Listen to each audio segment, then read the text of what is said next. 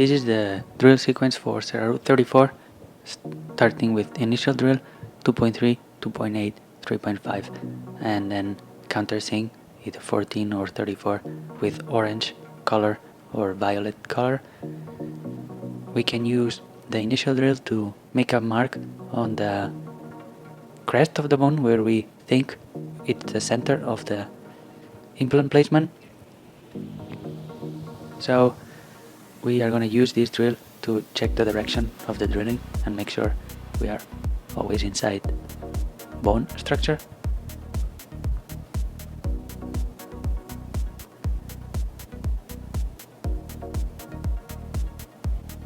The drill depths are 6, 8, 10, 12, 14 and 16. It's good if you can drill 2 extra millimeters than your implant length. So if you're planning to place a 10 millimeter implant, it's good if you can drill almost 2 more millimeters, so you can adjust more where you want the margin of the implant. Sometimes you want to place the implant deeper because the gum has some recession. With the initial drill, you can check the direction of your drilling, so if something has to be corrected, it's the right drill to make all the adjustments. So it's good not to go with the next diameter until you have good inclination of the drill and then also good position in the crest of the bone. In this case, the drilling was done, and then when we place the drill, we can see that it's not facing buccal too much, so we have to drill again and pushing more to the buccal so that the inclination of the drill is more parallel to the canine cusp and the fossa of the premolar. So we want to place the implant more or less in the line between the cusp of the canine and the fossa of the second premolar. So once we have the drilling direction corrected, we can go with the next diameter, which is 2.3. Same depths, 6, 8, 10, 12, 14, 16.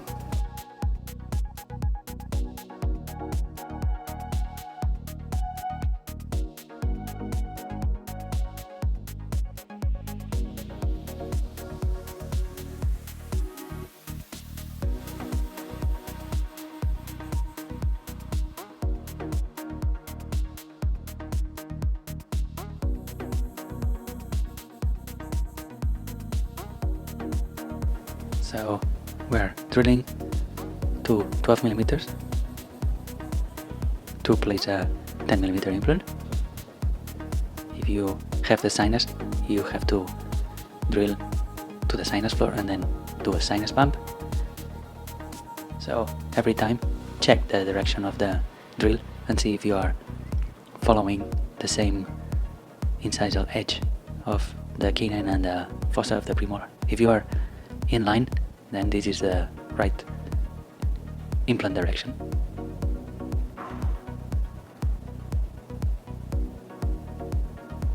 So we go with the next drill. Next drill is 2.8.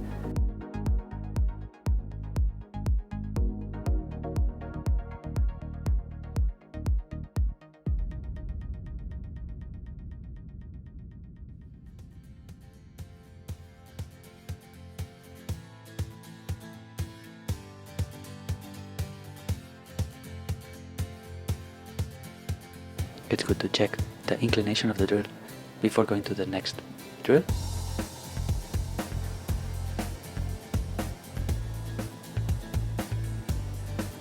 So now we are using the 3.5 drill. This is going to be the last cylindrical drill.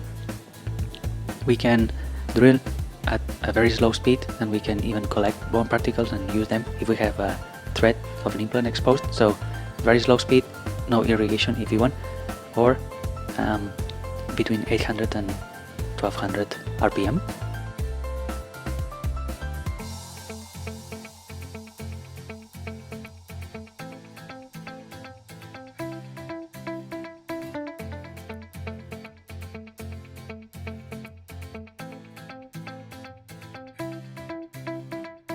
So once you have the 3.5 in the correct inclination, then it's time to go with the countersink. The countersink has two marks, one thin laser mark which corresponds to the coronal thread and one thick line which corresponds to the implant shoulder. So the placement of the countersink has to be between the two lines, so you have to leave the bone, the crest of the bone, between the two lines. That way you will be able to submerge the implant a little bit if you want to. So lots of irrigation, 800 RPM, and just drill vertical inside the socket. Sometimes you need drill extender because the contraangle hits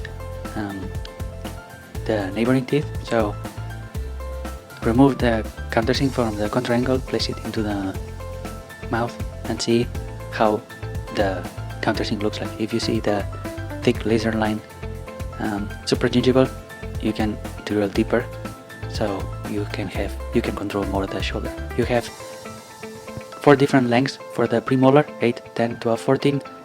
CeraRoot 14 is the head is ovoid, and it has a much better emergence profile.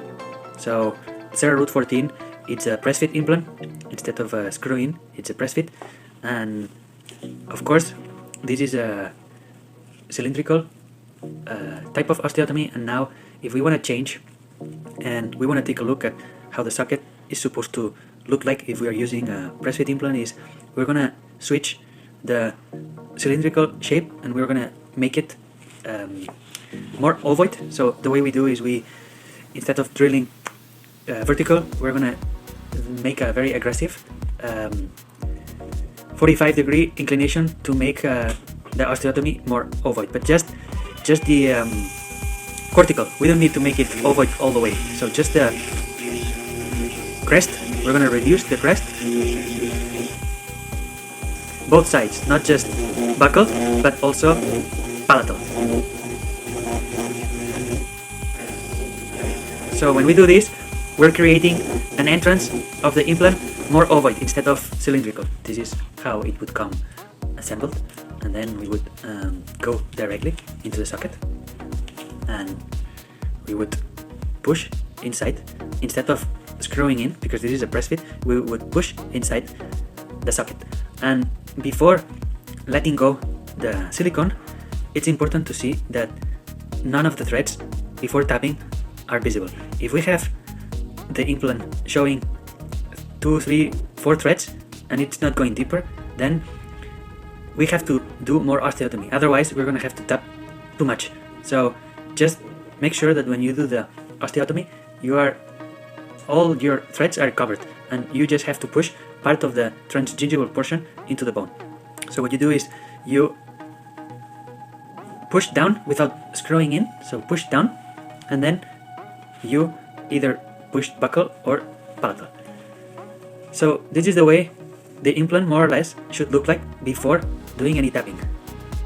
Okay, and now we are ready to do the impacts, and as you can see, there's almost enough space to make the crown even without tapping. So if we have the implant much more extruded like this amount, it's not gonna be enough.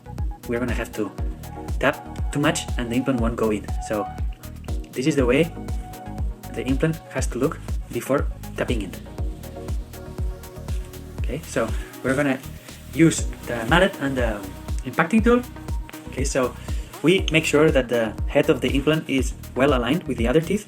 So once it's ready, we go with the tapping instrument. This tapping instrument has a PIC plastic to protect the abutment from chipping, and then we are going to use the mallet. So this is the mallet that we're going to use. So we're going to start doing, first of all, gentle tapping, and then the noise of the implant suddenly changes, and when the noise starts to be much more solid, it means that the implant starts to become very stable. So then we check again, before going deeper, we check again if the position of the abutment is of our satisfaction, and then it looks like we have to go half a millimeter or 1 millimeter deeper. So we're gonna do one more tapping, strong.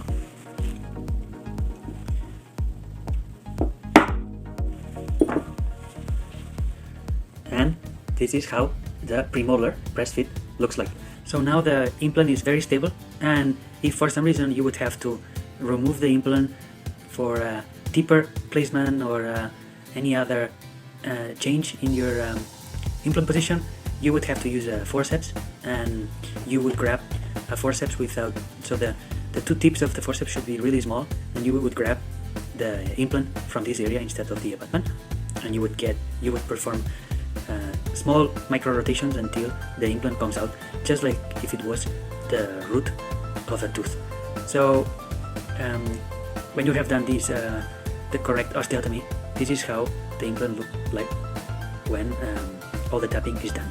Plenty of space for the crown, and if in 3-4 months the cam shrinks a little bit, then you get to see the margin of the implant. You can still make some preparation on the shoulder and make the crown start at the gum line.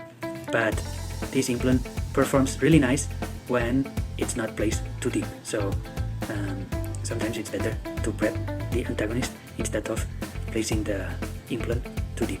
So there you have it. Thank you for watching.